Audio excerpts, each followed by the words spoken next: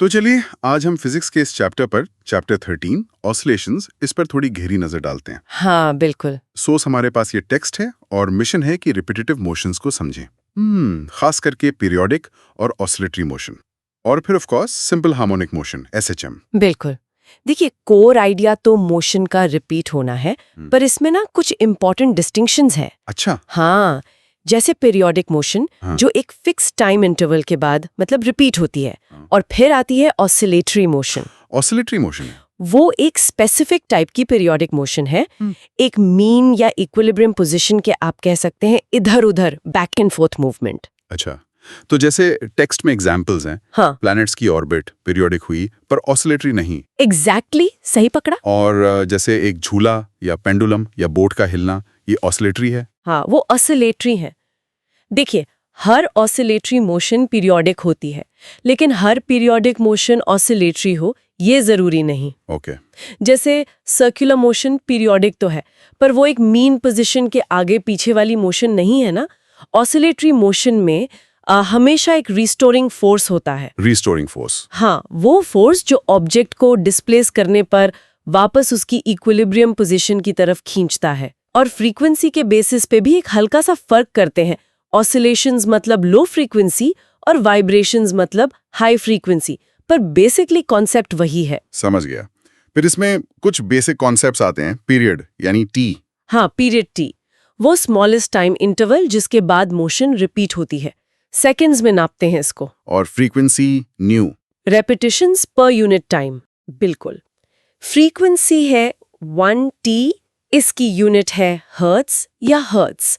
जैसे वो एग्जाम्पल दिया है ना हार्ट बीट का, 75 टाइम्स अ मिनट, तो फ्रीक्वेंसी हुई 1.25 हर्ट्स और पीरियड हुआ 0.8 सेकेंड्स। राइट। और एक टर्म है डिस्प्लेसमेंट। हाँ, डिस्प्लेसमेंट।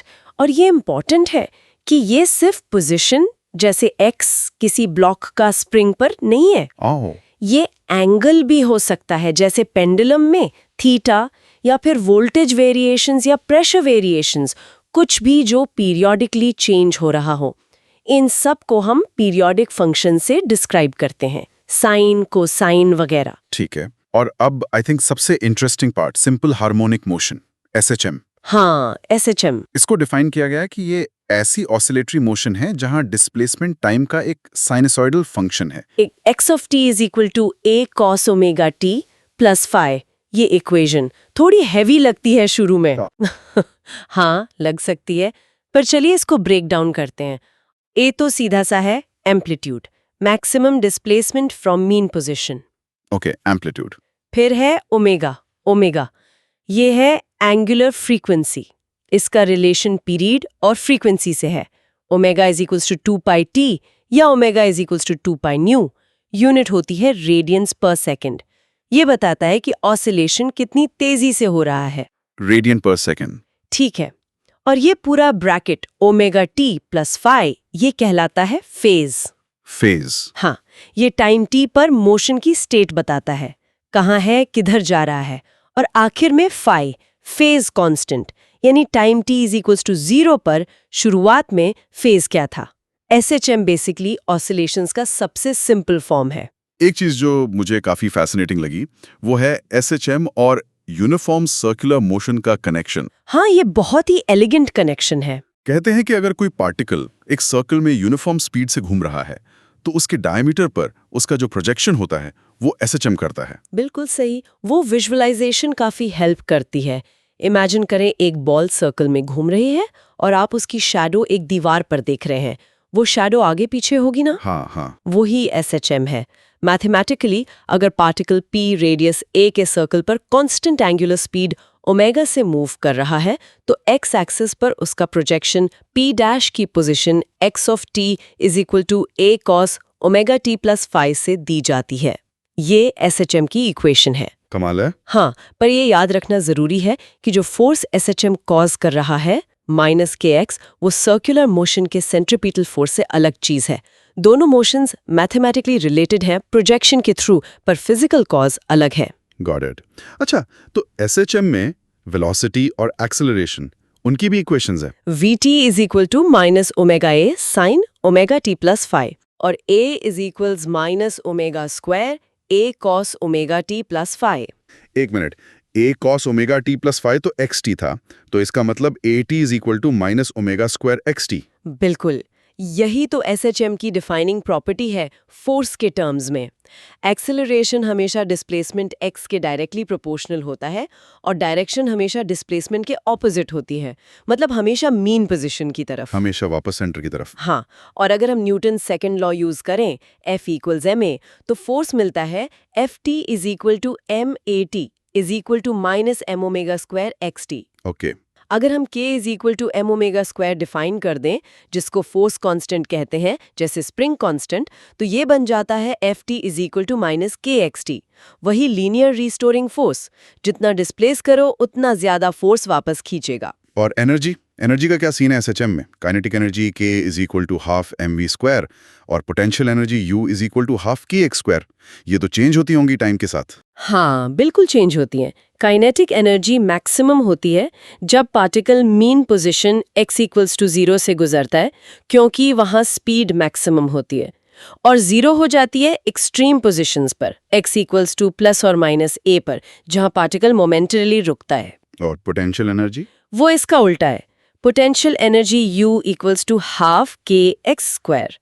तो ये मैक्सिमम होती है एक्सट्रीम पोजीशंस पर, x इक्वल्स टू प्लस और माइनस a पर, और 0 होती है मीन पोजीशन पर, x इक्वल्स टू 0 पर।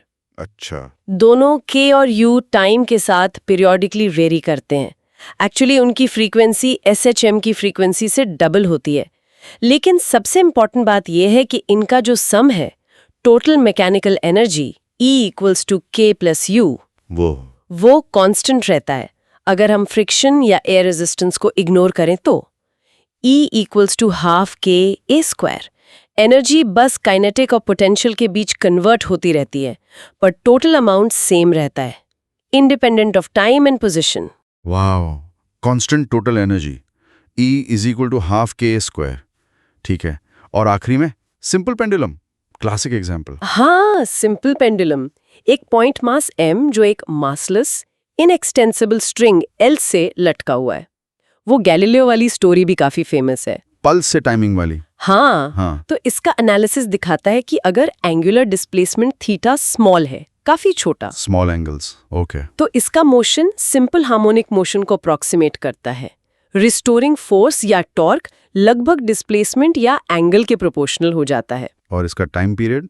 कैलकुलेशन से इसकी एंगुलर फ्रीक्वेंसी आती है omega is equal to square root GL, जहां G acceleration due to gravity है और L पेंडुलम की लेंथ है।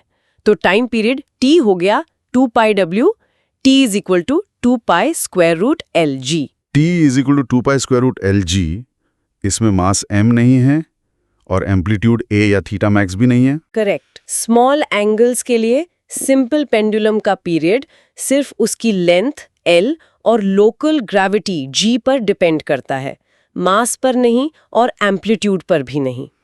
ये काफी सिग्निफिकेंट रिजल्ट है। तो अगर हम समराइज करें तो हमने देखा कि पीरियोडिक मोशन मतलब repetition in time, oscillatory motion मतलब periodic back and forth motion around an equilibrium जिसमें एक रीस्टोरिंग फोर्स काम करता है। हाँ। और सिंपल हार्मोनिक मोशन SHM उसका सबसे बेसिक मैथमेटिकल फॉर्म है, जिसका डिस्प्लेसमेंट साइनसॉइडल होता है, xt is equal to a cos omega t plus phi. इसमें रीस्टोरिंग फोर्स लीनियर होता है, F is equal to minus kx। Total energy constant रहती है, E is equal to half k square, और इसका uniform circular motion से भी एक लिंक है। बिल्कुल। और सिंपल पेंडुलम स्मॉल एंगल्स के लिए इसका एक बेहतरीन रियल वर्ल्ड एग्जाम्पल है। सही। और देखिए, यहीं से एक इंटरेस्टिंग सवाल भी निकलता है जो आपने अभी नोटिस किया। पेंडुलम के केस में हमने देखा कि SHM का पीरियड एम्पलीट्यूड पे डिपेंड नहीं करता। पेंडुलम का पीरियड भी स्मॉल एंगल्स के लिए T is equal to 2π square root of L/G है, एम्पलीट्यूड से इंडिपेंडेंट। हाँ। लेकिन अगर हम दूसरी पीरियोडिक मोशंस देखें, जैसे प्लैनेट्स का मोशन ग्रेविटी के अंडर, तो वहां पीरियड ऑर्बिट के साइज पर डिपेंड करता है। केप्लर्स थर्ड लॉ याद है? T square is proportional to R cube. Orbit बड़ा तो पीरियड ज्यादा। राइट, वो डिपेंड करता है। तो ये जो SHM में पीरियड का एम्पलीट्यूड से इंडिपेंडेंट होना है, ये उसके force law F is equal to minus kx linear restoring force के बारे में क्या खास बात बताता है, जब हम उसको ग्रेविटी जैसे 1/r² फोर्स से कंपेयर करते हैं। मतलब इस प्रॉपर्टी का, आइसोक्रोनिज्म का लीनियर फोर्स से क्या कनेक्शन है, ये एक अच्छी चीज़ है सोचने के लिए।